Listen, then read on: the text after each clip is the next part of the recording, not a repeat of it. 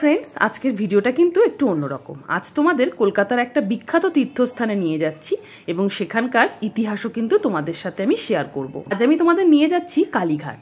তবে হ্যাঁ, এইটুকু ভিডিওর মধ্যে এত বড় কালীঘাটকে যে আমি কিভাবে বর্ণনা দেব আমি নিজেও জানি না, তবে চেষ্টা করব। ছোট্টবেলা থেকে মায়ের সঙ্গে কালীঘাট যাই, তবে তখনকার কালীঘাট আর এখনকার কালীঘাট আকাশ পাতাল তফাৎ।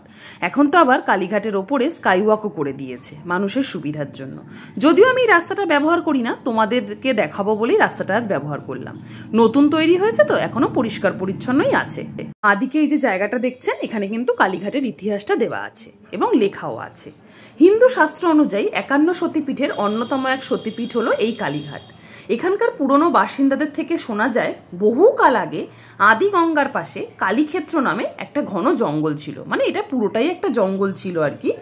সেখানে আত্মারাম ব্রহ্মচারী নামে এক ব্রাহ্মণ বাস করতেন। আদি গঙ্গার তীরে সন্ধ্যার সময় হঠাৎ একদিন তিনি আলো দেখতে পেলেন।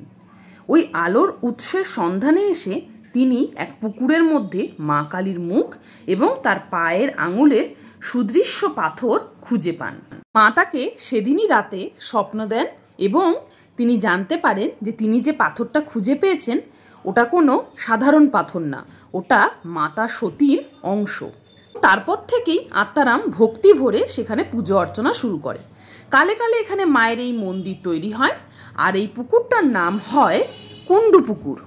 আস্তে আস্তে চারিদিকে এই সতীপীঠের নাম ছড়িয়ে পড়ে এবং গড়ে ওঠে মহাতীর্থ কালীঘাট নামে। হলো কালীঘাটের ইতিহাস। চলুন এবার আপনাদেরকে ওই পুকুরটি দেখাই, যে পুকুরে কিন্তু মায়ের মূর্তি, মানে যে মূর্তির এখন পুজো হয়, আর মায়ের আঙুলটা খুঁজে পাওয়া গেছিল, পায়ের আঙুল। এই দেখুন এই পুকুরটা, তবে তখন এই পুকুরটা কিন্তু এরকম ছিল না। এখন বর্তমানে এটা রিলায়েন্সের আন্ডারে চলে গেছে কালীঘাট। রিলায়েন্সের নীতা আম্বানি কিন্তু এটাকে এত সুন্দর করে গড়ে তুলেছে। আর এই পুকুরেই কিন্তু মায়ের মূর্তি এবং মায়ের পায়ের কনিষ্ঠ আঙুল খুঁজে পাওয়া গেছিল। আমি ফলহারিণী অমাবস্যার দিন গেছিলাম, সেদিন মারাত্মক ভিড় ছিল। 5 ঘন্টা লাইনে দাঁড়িয়ে তবে আমি মায়ের দর্শন পেয়েছিলাম। জানেন, নীতা আম্বানি কিন্তু খুব সুন্দর করে গড়ে তুলেছেন এই কালীঘাটটিকে।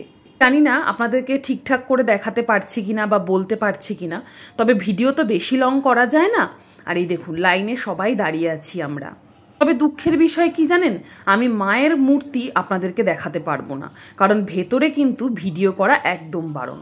আর দূরে ওই যে সিঁড়িটা দেখছেন ওটা ভিআইপি গেট, সব মন্দিরেই থাকে। আর এটা হলো ষষ্ঠীতলা, আবার একে মনসাতলাও অনেকে বলে। মা আগে যখনই নিয়ে যেত এখানে একবার মাথা ঠুকিয়ে নিয়ে আসতো। আজও মায়ের যে মূর্তি রয়েছে সেই মূর্তির নিচে কিন্তু একটা লোহার ট্রাঙ্কে সেই আঙুল রাখা আছে এবং প্রতিনিয়ত সেই আঙুলের পুজো হয়। এই গায়ের মধ্যে কিরম কাটা দেয় না বলুন? আমার তো দেয়। চলুন মায়ের কাছে যাওয়া যাক। ওই যে ঘরটা দেখছেন দূরে, ওটা কিন্তু নারায়ণের ঘর, আর এটা কিন্তু পুরো রূপো দিয়ে তৈরি। মায়ের পুজোর আগে এখানে নারায়ণের পুজো হয়, তারপরে মন্দির ভালো করে পরিষ্কার করে মায়ের পুজো করা হয়, কারণ নারায়ণকে নিরামিষ ভোগ দেওয়া হয় আর মাকে কিন্তু ভোগে মাছ মাংস দেওয়া হয়। এখানে কিন্তু মায়ের বলি হয় শনি মঙ্গলবার করে অমাবস্যার দিন। আমার মা সবসময় বলতো, যখনই কালীঘাটে যাবি এই হাঁড়ি কাঠে একটু মাথা ঠেকিয়ে আসবি, এখানে মাথা ঠেকালে নাকি সব বাধাবিঘ্ন কেটে যায়। জানি না, মা বলতো, সেটাই করি। আপনারা তাহলে ভিডিওটা এনজয় করুন, আর আমি আমার ভিডিওটা এখানেই শেষ করছি। ভালো লাগলে একটা কমেন্ট করবেন। আজ তাহলে আসি, দেখা হবে আবার আপনাদের।